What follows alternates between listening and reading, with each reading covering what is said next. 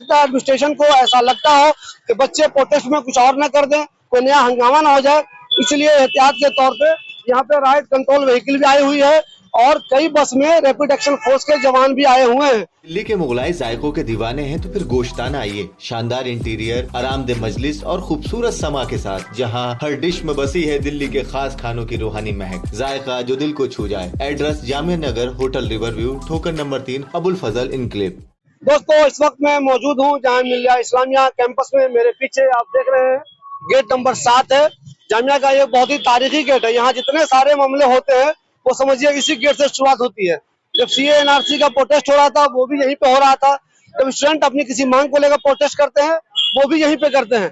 कल हमने आपको खबर दिखाई थी कि जामिया के कुछ बच्चे पीछे सेंट्रल कैंटीन में धरने पे बैठे हुए हैं और उनको हटाने की कोशिश जामिया इंतजामिया कर रही है, लेकिन वो उनको हटाने में कामयाब नहीं हो रही है। मगर देर रात ऐसी खबर आई कि पुलिस ने जबरदस्ती वहां पहुंचकर उन सारे बच्चों को प्रोटेस्ट से हटा दिया और ये गाड़ी में बैठाकर ले गई। कहाँ ले गई ये अब तक किसी को पता नहीं है। एक बात जान लीजिए, आमतौर पे जब भी कहीं प्रोटेस्ट होता रहता है, धरना होता है, प्रदर्शन होता है, तो वहां पे जो पुलिस आती है उन लोगों को उठाकर बस में बैठाकर कहीं ना कहीं ले जाती है। आमतौर पे बहुत दूर ले जाकर छोड़ देती है ताकि वो अपने अपने घरों को चले जाएं। कभी कभी ऐसा भी होता है जब हालात ज्यादा संगीन होते हैं तो उनके खिलाफ एक्शन भी होता है। पुलिस ने इन बच्चों को, जिनमें कुछ लोग कह रहे हैं कि वो 12 बच्चे हैं, कुछ कह रहे हैं कि वो 14 बच्चे हैं, इन सबको उठा के तो यहाँ से ले गई है, और कहाँ ले गई अब तक ये किसी को पता नहीं है। मेरे पीछे आप देख रहे हैं राइट कंट्रोल व्हीकल है। जब ये व्हीकल कहीं पे आ जाए किसी जगह पे, चाहे वो किसी शहर में आ जाए, किसी कैंपस में आ जाए, तो ये तो पक्का मानने वाली बात है कि हालात नॉर्मल नहीं है। लेकिन एक बात मैं आपको बता दूं, अगर आप नेशनल मीडिया पे कोई ऐसी खबर देख रहे हैं कि जामिया के हालात बहुत ही कशीदा हैं, बहुत ज्यादा परेशान कुन है, बहुत ज्यादा टेंशन है, तो ऐसी कोई बात नहीं है। ये सारी चीजें, ये सारी कोशिश एहतियात के तौर पे ली जा रही है।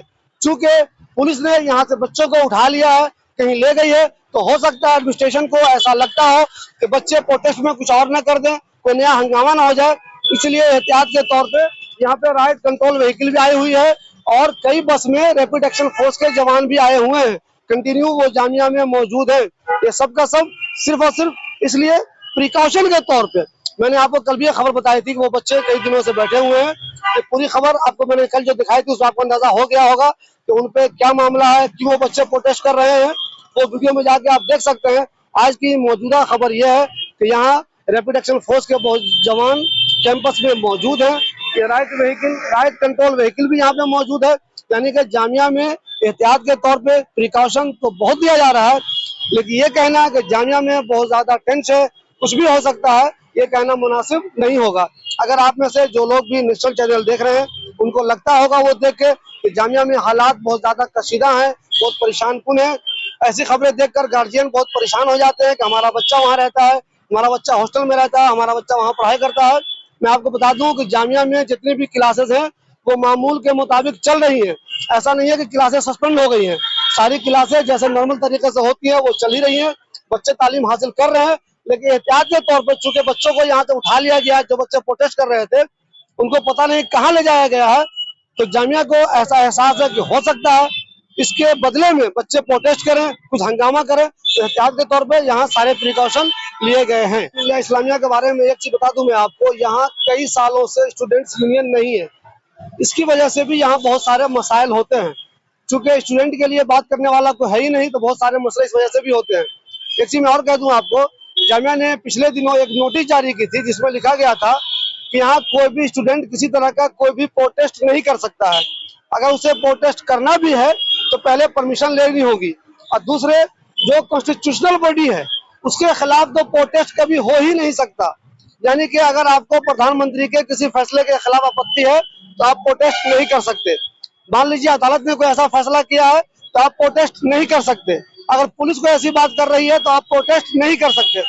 कुल मिला के जामिया में किसी भी तरह के प्रोटेस्ट पर एक तरह से पाबंदी लगाई गई है।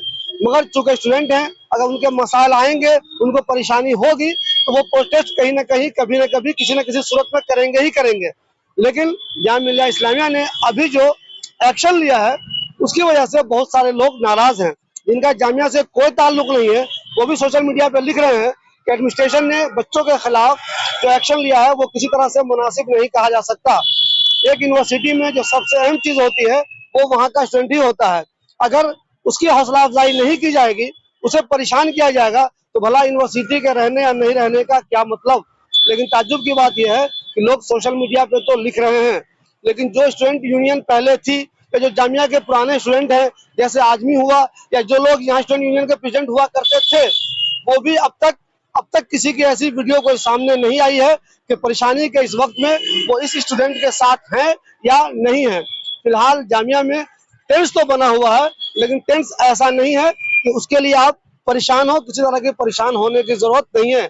यहाँ जो कुछ भी तैयारी है वो सिर्फ और सिर्फ एहतियात के तौर पर है, क्योंकि अगर ऐसा कुछ हो जाता है तो उस पर कंट्रोल किया जाए।